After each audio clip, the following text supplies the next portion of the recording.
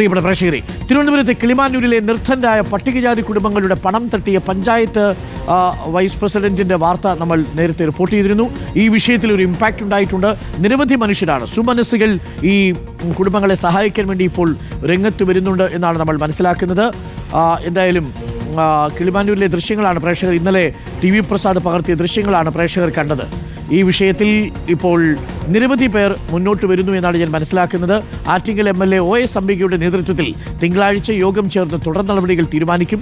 വീട് നിർമ്മിച്ചു നൽകാമെന്ന വാഗ്ദാനവുമായി നിരവധി പേർ മുന്നോട്ട് വരുന്നുണ്ട്. TV പ്രസാദ് നമുക്ക് ഒപ്പം ചേരും. TV പ്രസാദ്, ഈ കിളിമാനൂരിലെ നമ്മളുടെ ഇന്നലെ റിപ്പോർട്ട് ചെയ്തതിൻ്റെ തുടർച്ചയെന്ന വണ്ണം ആ വീട്ടുകാരെ പറ്റിച്ച പഞ്ചായത്ത് വൈസ് പ്രസിഡന്റ്, അത് കരാറെടുത്ത ഡ്രൈവർ, അതുമായി ബന്ധപ്പെട്ട തട്ടിപ്പുകളുടെ കഥ, ഇതൊക്കെ നമ്മൾ പുറത്തു കൊണ്ടുവന്നു. അവർക്ക് നീതി കിട്ടുമോ?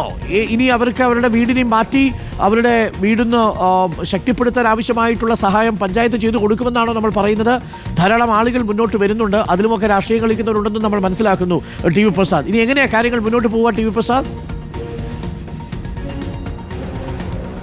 അരുൺ, ഉറപ്പായിട്ടും ആ കോളനി രക്ഷപ്പെടും എന്ന് തന്നെയാണ് നമ്മൾ കരുതുന്നത്. ആ 2 വീടുകളുടെ മെയിൻ്റനൻസ് തുക പട്ടികജാതി ഫണ്ടിൽ നിന്ന് കിട്ടിയ 1.5-3 ലക്ഷം രൂപ അവിടുത്തെ തന്നെ വൈസ് പ്രസിഡന്റിൻ്റെ വാർഡാണ് അത്. ഗിരിജ എന്നാണ് അവരുടെ പേര്. അവരുടെ ഡ്രൈവർ സുധീർ. ഇതെല്ലാം കോൺഗ്രസ് ഭരിക്കുന്ന പഞ്ചായത്താണെന്ന് പ്രത്യേകം പറയണം. കാരണം പ്രതിപക്ഷ നേതാവും മറ്റ് കോൺഗ്രസ് നേതാക്കളെല്ലാം വലിയ വായിൽ സർക്കാരിനെ കുറ്റപ്പെടുത്തുമ്പോഴും ഈ കാര്യങ്ങൾ കൂടി അറിയണം എന്നുള്ളതാണ്. അവരാണ് യഥാർത്ഥത്തിൽ ഈ 3 ലക്ഷം രൂപ വാങ്ങി അത് അവരുടെ പഞ്ചായത്തിലെ തന്നെ ഒരു ഡ്രൈവർക്ക് അതിൻ്റെ പണി ഏൽപ്പിച്ചു കൊടുക്കുന്നത്. പണി ചെയ്യുന്നതിന് വേണ്ടി വീട്ടുകാർ കണ്ടെത്തിയ ആളെ മാറ്റി നിർത്തിക്കൊണ്ടാണ് ഈ ഡ്രൈവർ സുധീറിനെ ഏൽപ്പിക്കുന്നത്. സുധീർ മനോഹരമായി അവരെ പറ്റിച്ചു. അതിൻ്റെ പകുതി പൈസ പോലും അവിടെ ചെലവഴിക്കാതെ ആ കുടുംബത്തിലെ ആ വീട്ടിൽ താമസിക്കാൻ പറ്റുന്ന രീതിയിലുള്ള ഒരു സംവിധാനവും ഉണ്ടാക്കിയില്ല. മേൽക്കൂര മാത്രമാണ് മാറ്റിയത് എന്നതാണ്.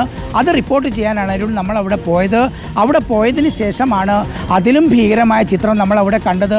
അവർ പട്ടിണിയിലാണ്. യഥാർത്ഥത്തിൽ അവർക്ക് മതിയായ വേതനമില്ല, ജീവിക്കാനുള്ള സംവിധാനമില്ല. മാസം കഴിഞ്ഞതോടുകൂടി 3 നേരവും റേഷനരി വെച്ചാണ് അവർ ജീവിക്കുന്നത്. അവരുടെ അടുക്കള കാലിയായിരുന്നു.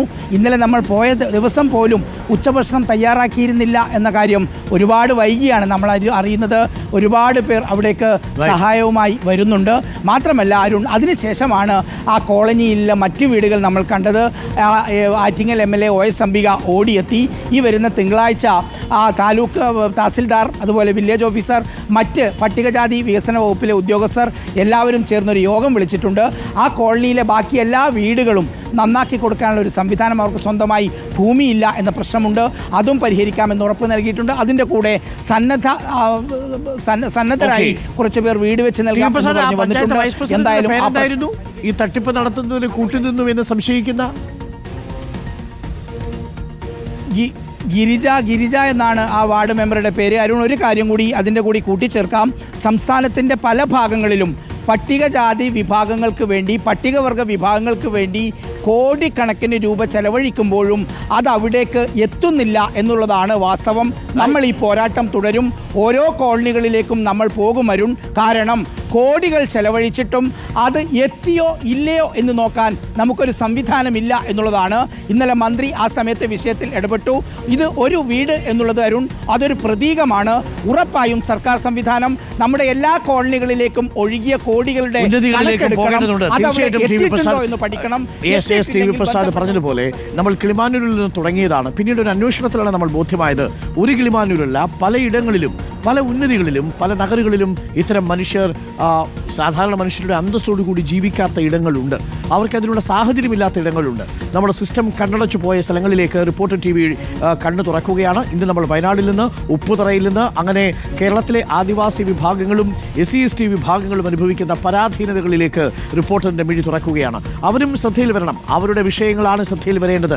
നഗരഹൃദയങ്ങളിൽ മാത്രമല്ല ഞങ്ങളുടെ ക്യാമറ കണ്ണുകൾ പോവുക. ഉത്തരവാദിത്വപ്പെട്ട മാധ്യമം എന്ന നിലയിൽ ഈ ഉന്നതികളിലേക്ക് കൂടി ഞങ്ങളുടെ അന്വേഷണം തുടരുകയാണ്. ഇപ്പോൾ ഇന്നലെ പുറത്തു വന്നത് കിളിമാനൂരിലെ കഥയാണെങ്കിൽ ഇന്ന് പുറത്തു വന്നത് സുൽത്താൻ ബത്തേരിയിലെ കഥയാണ്.